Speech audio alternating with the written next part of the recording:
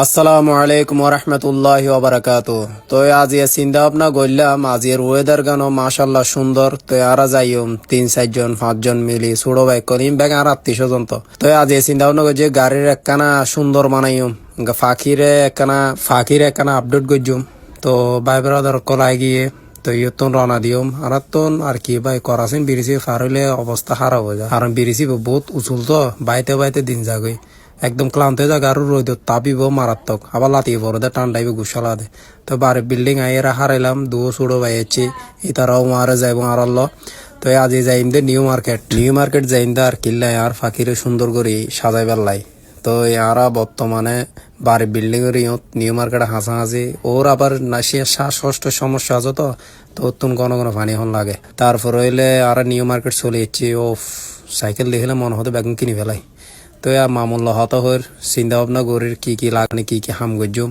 তো মামু হদ্দা আগে স্টাডিওর গেঁড়ি গান আগে চেঞ্জ করি, গেড়ি গান একদম পারমানেন্টলি ভাবে চেঞ্জ করছি যেন গেড়ি বা সমস্যা না করে, কারণ শুধু গজর গজা। তো এই গজাতে মাথা খারাপ হয়ে থাকে।